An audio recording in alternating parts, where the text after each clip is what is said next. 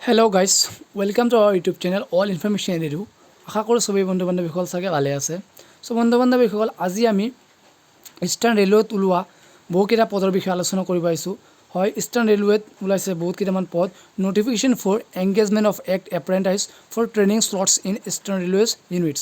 হয়, ইষ্টাৰ্ণ ৰেলৱেৰ যিটো আমাৰ হেডকোৱাৰ্টাৰ কলকাতাত অৱস্থিত, তাত বহুতো এপ্ৰেণ্টাইজ ভেকেঞ্চি ওলাইছে।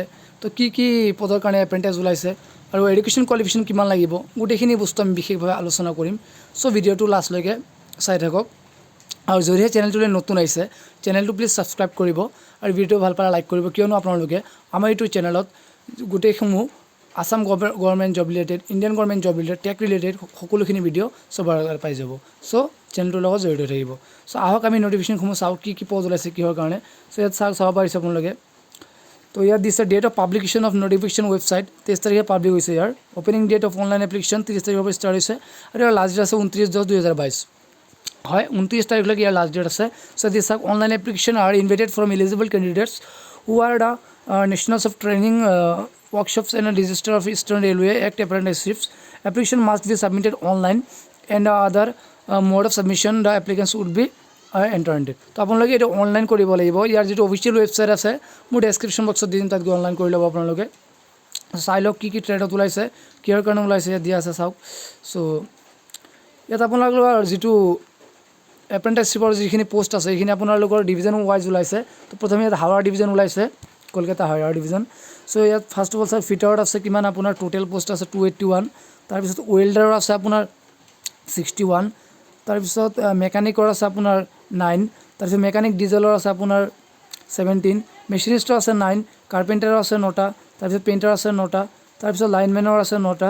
ৱায়াৰমেনৰ আছে আপোনাৰ 9টা। তো এনেকুৱা আপোনাৰ ৰেফ্ৰিজাৰেটৰ এচিৰ আছে 17টা। ইলেক্ট্ৰনিক্সৰ আছে 220টা। মেকানিকৰ আছে 9টা। টোটেল ভেকেঞ্চি আছে আপোনাৰ 659টা। হয়, তো ইয়াত আপোনাৰ অনলি হাওৰা ডিভিজন 659টা আপোনাৰ ভেকেঞ্চি আছে, আৰু ডিভিজন আছে।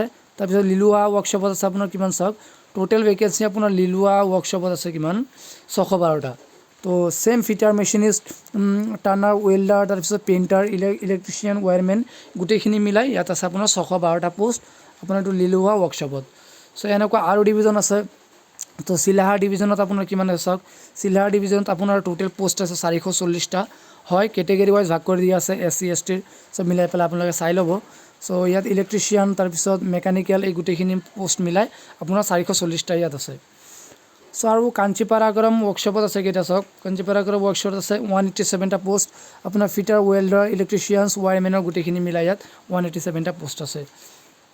চ' মালদা ডিভিজনত কিমান আছে চাওক, মালদা ডিভিজনত আপোনালোকৰ টোটেল পোষ্ট ইয়াত কিমান দিয়া আছে 138টা দিয়া আছে আপোনাৰ electrician, refrigerator, AC, fitter, welder, painter, carpenter আৰু মেকানিকেল ডিজেলৰ মিলাই পেলাই। চ' এছনেল ডিভিজনত কিমান আছে চাওক, এছনেল ডিভিজন চবতকৈ বেছি পোষ্ট আছে 412টা আপোনাৰ ফিটাৰ, টাৰ্নাৰ, ৱেল্ডাৰ, ইলেক্ট্ৰিচিয়ান আৰু আপোনাৰ মেকানিক ডিজেলৰ মিলাই পেলাই।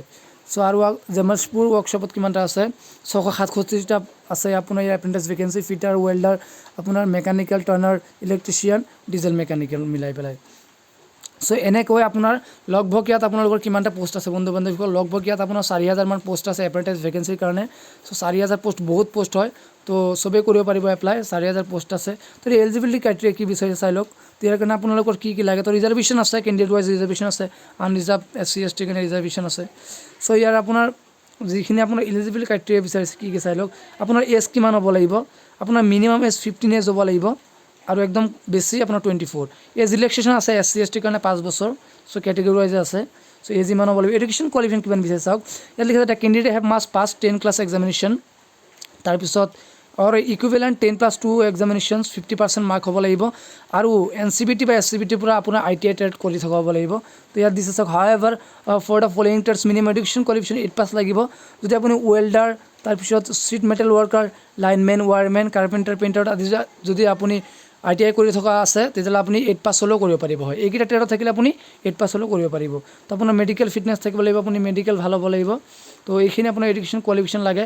তেতিয়া চিলেকশ্যন প্ৰচেছটো কেনেকৈ হ'ব চাওক, মোড অফ চিলেকশ্যন দিছে আপোনাৰ কেনেকুৱা, ইয়াত আপোনাৰ মোড অফ চিলেকশ্যন প্ৰচেছ কেনেকুৱা হ'ব। For the trades for which a class 10 pass examination, আপোনাৰ পাৰ্চেণ্টেজ ৱাইজ ইয়াত চিলেকশ্যন হ'ব। আপোনাৰ মেট্ৰিকত যদি 80% আছে আৰু আপোনাৰ ট্ৰেডত 91 আছে, তো ইয়াৰ এভাৰেজ পাৰ্চেণ্টেজ ওলাই পেলাই আপোনাৰ চিলেকশ্যন প্ৰচেছটো হ'ব। হয়, আপোনাৰ দুইটা আপোনাৰ মেট্ৰিকৰ আৰু ট্ৰেডৰ যিটো ITR তাৰ এভাৰেজ পাৰ্চেণ্টেজ ওলাই পেলাই ইয়াৰ আপোনাৰ চিলেকশ্যন প্ৰচেছটো হ'ব। চ' ইয়াত আপুনি দিছে চাওক selection of a candidate of a eastern railway to be a base of merit. আপোনাৰ মেৰিট অনুযায়ী হ'ব, আপোনাৰ মাৰ্কছ অনুযায়ী ইয়াৰ চিলেকশ্যন প্ৰচেছটো হ'ব হয়। আৰু 8 ক্লাছ পাছৰ কাৰণে আপোনাৰ যিটো আপোনাৰ 8ৰ মাৰ্কছ হ'ব আৰু আপোনাৰ যিটো ITR মাৰ্কছ হ'ব, এই মাৰ্কখিনি আপোনাৰ মিলাই পেলাই এভাৰেজ পাৰ্চেণ্টেজ ওলাই পেলাইহে ইয়াৰ চিলেকশ্যন প্ৰচেছ হ'ব। তো ইয়াৰ কাৰণে এপ্লিকেশ্যন ফিজ আপোনাৰ চাওক SC STৰ কাৰণে কোনো এপ্লিকেশ্যন ফিজ নাই, অনলি জেনেৰেল আৰু OBC কেণ্ডিডেটছৰ কাৰণে 100 টকা ফিজ আছে। তো আপুনি এপ্লাই কেনেকৈ কৰিব চাওক, এইটো www.rcer.com তাত গৈ পেলাই আপোনালোকে অনলাইন কৰি ল'ব লাগিব। তাৰপিছত আপোনালোকৰ মেৰিট বেচিছত ইয়াত আপোনালোকৰ নাম ওলাব, নাম ওলালে আপুনি ইয়াৰ কাৰণে চিলেকশ্যন হ'ব হয়। ইয়াৰ দৰমহা ভালে আছে বন্ধুসকল, দৰমহা মিনিমাম 10,000 টকা দিব, তো এপ্ৰেণ্টাইজত হয়। চ' ইমানটোৱে ইয়াত ডিটেইলছ আছিল। চ' বন্ধু বান্ধৱীসকল আজিৰ ভিডিঅ'টো ইমানটোৱে আছিল। ভিডিঅ'টো লাষ্টলৈকে চোৱাৰ কাৰণে ধন্যবাদ। জয় আই অসম।